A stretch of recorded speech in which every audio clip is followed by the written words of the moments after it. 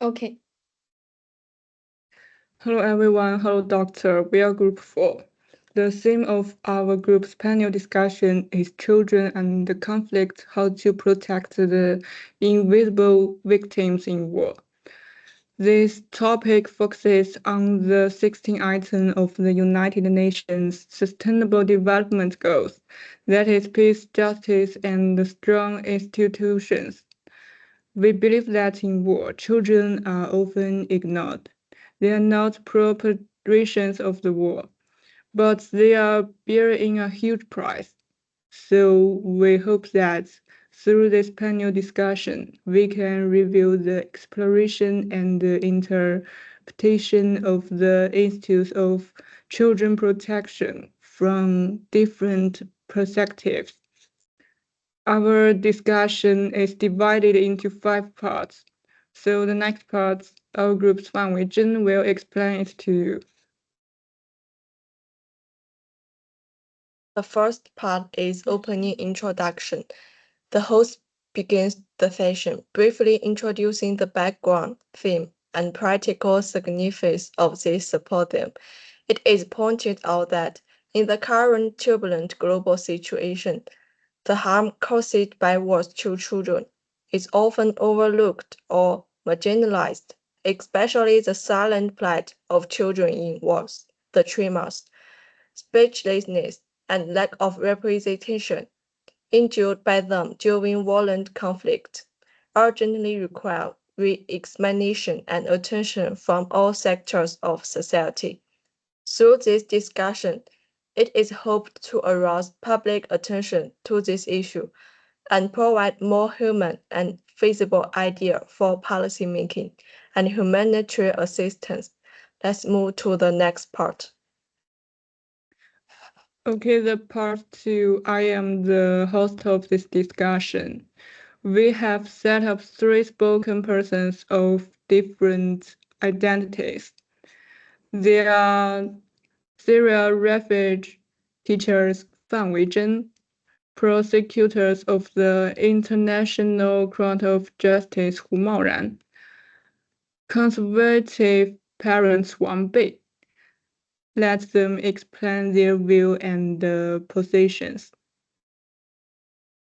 I will, on behalf of Syria refugee teacher, from a humanitarian perspective, it embodies unique humanistic care. It criticizes the long-term neglect of children's psychological trauma and pays more attention to the harm suffered by children. Next. As a prosecutor, I will start from the legal system and point out that in reality, justice is often obstructed by geopolitics when facing the powerful country with strong political background. The strong institutions emphasized in SDG 16 are often powerless in reality. Next.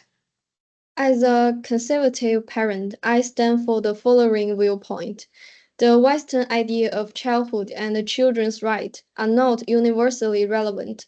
Allowing children to enlist in the army is not a requirement in certain communities. Rather, it's a duty and even an honor. We risk ignoring local cultural customs if we force Western value on this area.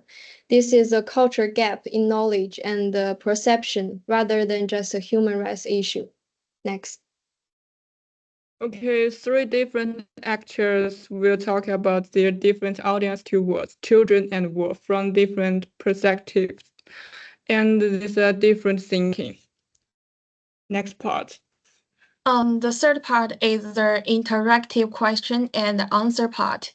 In this section, the moderator will have an in-depth discussion of each speaker's viewpoint and focus on the key topics, such as the current gap in psychological assistance, and so on.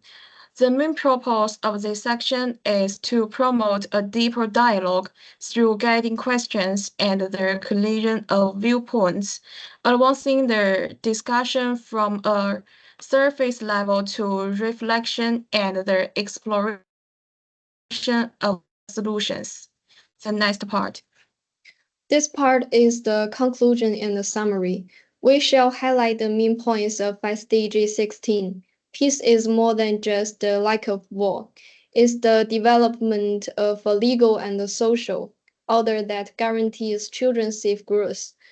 Through this panel, we hope to convey the follow viewpoint. For kids, true peace isn't only the absence of fire.